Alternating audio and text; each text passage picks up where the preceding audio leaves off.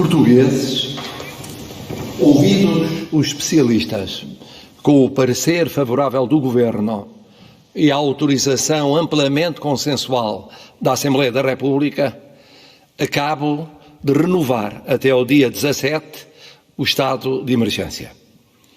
E porque esta é uma causa nacional, uma vez mais tivemos todos, órgãos de soberania, unidos e solidários.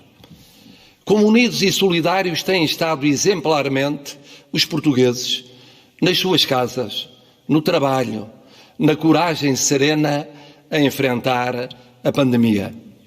Sabendo que vai ser, porventura, o nosso maior desafio dos últimos 45 anos, porque nos ultrapassa na sua origem e no seu fim, é universal e o adversário é insidioso e imprevisível, porque atinge concentradamente vida e saúde, sem paralelo na nossa história democrática, porque os seus efeitos económicos e sociais serão mais profundos e mais duradouros do que as crises mais longas que já vivemos, porque agrava brutalmente a pobreza dos mais pobres, as desigualdades dos mais desiguais, as exclusões dos mais excluídos, porque vai exigir reforçada atenção e punição daqueles que queiram aproveitar-se da crise para atividades criminosas contra os valores da Constituição que votamos faz hoje precisamente 44 anos. Os portugueses perceberam tudo isto e decidiram abraçar a luta comum. Profissionais da saúde continuam a fazer milagres. Forças Armadas de Segurança, Bombeiros e Proteção Civil não descansam. IPSS e Misericórdias e voluntários desmultiplicam-se. Empresas alteram planos para produzir o que mais nos falta. Cientistas trabalham em novos testes, fármacos e vacinas em grupos internacionais. Professores mudam métodos de ensino.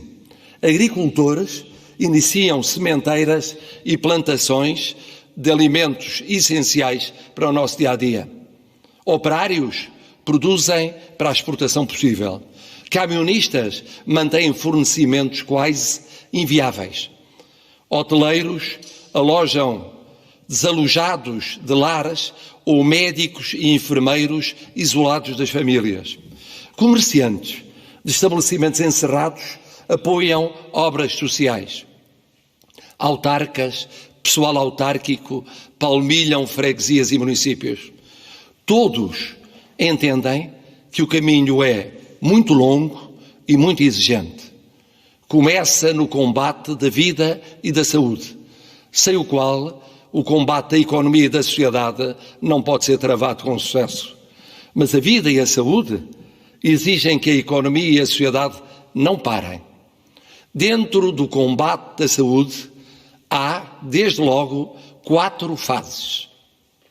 A primeira fase foi a das últimas semanas, evitando que o crescimento do número de contaminados atingisse níveis excepcionalmente elevados e o recurso generalizado ao internamento de milhares de doentes entre o final de março e o início de abril provocasse a ruptura do sistema, sem tempo para ajustar estruturas, reforçar meios, enfrentar uma subida descontrolada da pandemia.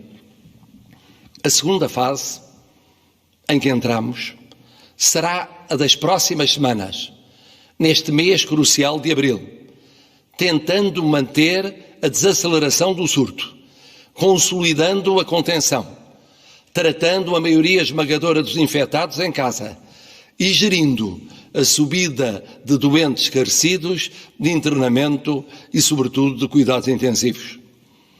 A terceira será vivida nas semanas seguintes, mais cedo ou mais tarde, consoante o sucesso da segunda, invertendo definitivamente a tendência do crescimento de casos, mas ainda enfrentando números exigentes em internamento grave e crítico, e abrindo para a descompressão possível na sociedade portuguesa. A quarta, controlando de forma consistente o surto, mesmo se ainda assistindo à parte final dos custos humanos da pandemia. Uma fase de progressiva estabilização da nossa vida coletiva.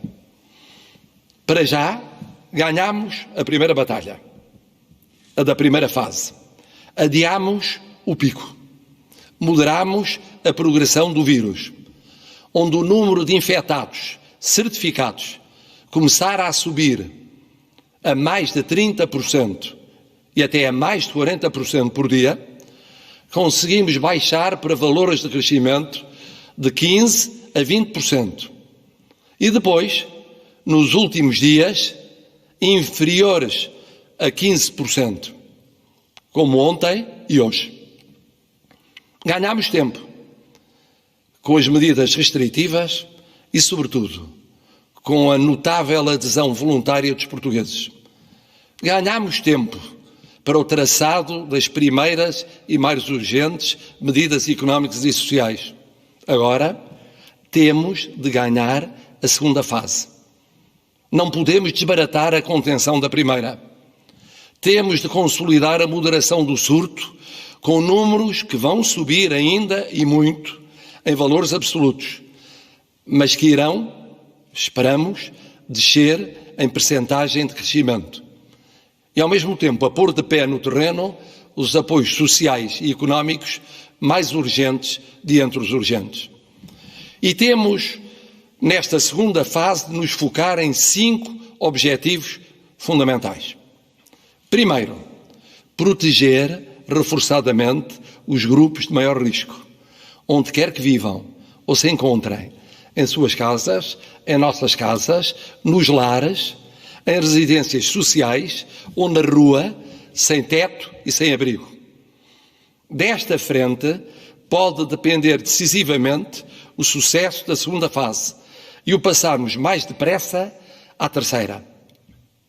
Dos estudantes aos trabalhadores em layoff, às Forças Armadas, às Forças de Segurança e aos bombeiros, tudo o que é possível tem sido e deve continuar a ser mobilizado por governo e autarcas para esta frente.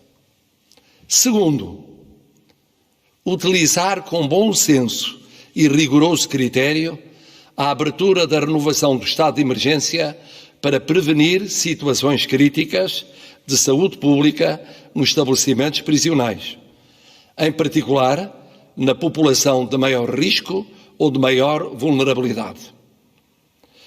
Governo, Assembleia da República e Poder Judicial terão uma palavra a dizer, à qual o Presidente da República juntará a sua, exercendo o poder constitucional de indulto em casos concretos.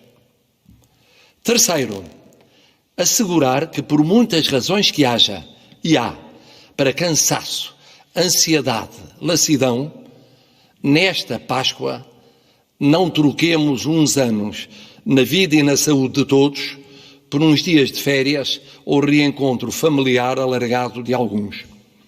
Daí as medidas extraordinárias do Governo, medidas a que o estado de emergência dá força acrescida, limitando a circulação de pessoas de fora para fora e cá dentro na época pascal.